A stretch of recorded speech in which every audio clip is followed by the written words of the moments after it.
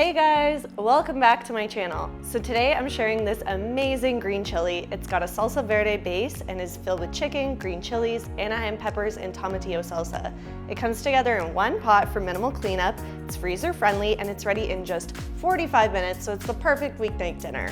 Whether you're enjoying a fresh batch or using it as a freezer meal for those nights that you are too busy to cook, I can guarantee you that you're gonna wanna make it over and over again. Did I mention that it's pretty healthy for something so full of flavor?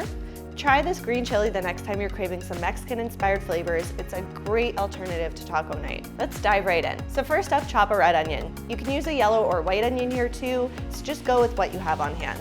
I'll take any tips you guys have got on not crying when dicing up onions because the tears hit me every single time so bad. So when that's done, set your onion aside, then dice one green pepper and one Anaheim pepper. Now what is an Anaheim pepper? It's basically a very mild chili pepper named after the city that made it popular in Anaheim, California, of course.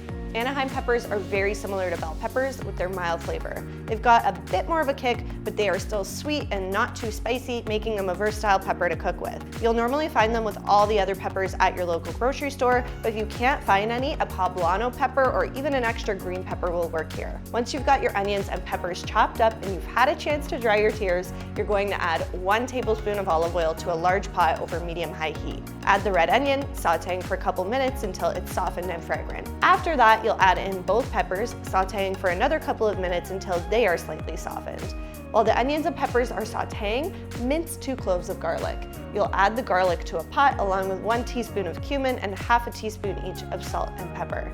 When everything is smelling really delicious, you'll add your remaining ingredients and then basically let everything simmer for ½ an hour.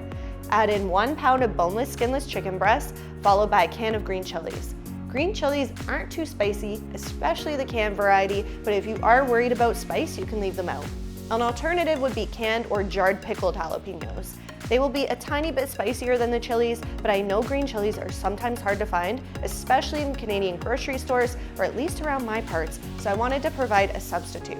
Next, you will add in a 16-ounce jar of salsa verde. This is basically a green salsa made with tomatillos and green chili peppers. It's slightly spicier than your average jarred salsa, but is still relatively mild for those of you concerned that this chili will be too spicy. We're basically using salsa verde instead of adding canned diced tomatoes like you normally do with most chili recipes. Now, you'll add in 1 can of navy beans or white kidney beans, sometimes known as cannellini beans. Basically, any type of bean or legume will work here, but I like white beans for the color, they blend in nicely to the chili, and of course add some more protein and fiber. Make sure you rinse and drain your beans, then add them to the pot. Now you'll add 2 cups of chicken or beef broth, and then you'll add in the juice from ½ a lime, as well as grate the lime against a grater to get 1 teaspoon of lime zest. Trust me, you definitely want that extra kick from the lime juice and lime zest, so I recommend using fresh limes if you can. In a pinch, you can use bottled lime juice and leave the lime zest out. Now that all of your ingredients are added to the pot, you're going to bring everything to a boil. Once it's reached a boil, turn the heat down to medium-low until the chili is simmering, and place a lid on top and let it cook for 25 minutes, stirring every now and again to make sure the bottom doesn't burn. Now, while the chili is simmering, you can go ahead and get your toppings ready. I give you all kinds of different topping ideas on the blog, which I have linked to in the caption, but I'll also show you some ideas here. You can add sliced avocado, jalapeno peppers, chopped cilantro, lime wedges, tortilla chips, sour cream, and even some cheese like a white cheddar would be nice here. Prep all your toppings, and by the time you're done, your chili should also be simmering.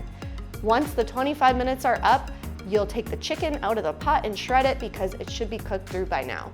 The breasts will stay nice and juicy because they're cooked in the broth, and the broth in turn will have more flavor because the chicken was cooked in it. Once your chicken is all shredded, add it back to the pot and give it 1 final stir, then you can remove the pot from heat. Now here comes the fun part, the toppings. Serve your green chicken chili in large bowls and add your toppings of choice. Don't be afraid to go a little crazy here. Well, let's actually back up here. Don't go crazy on the toppings if you're planning on storing the leftovers for later. What I suggest you do here is serve up whatever you plan on eating right away and add your garnishes fresh, then take the rest and store individual servings in glass containers, sans toppings. Sans, is that how you say it? You can both refrigerate and freeze the leftovers, but either way, you're going to want to store toppings separately, so only top what you're actually going to eat in that moment. You can store the leftovers in the fridge for up to 5 days, reheating in the microwave for 2 to 3 minutes. I love this green chili because you can also freeze it for up to 3 months, and it basically has the exact same taste and texture as when you're enjoying it fresh, so it makes for a great last-minute dinner if you feel too tired to cook one night. Freeze in individual servings in glass bowls, and you can reheat directly from frozen in the microwave for 7 to 8 minutes, stirring multiple times partway through reheating. You can also defrost overnight in the fridge and then reheat for 2 to 3 minutes. One more thing I wanted to mention is that this green chili is also one of the best recipes to repurpose into a new meal.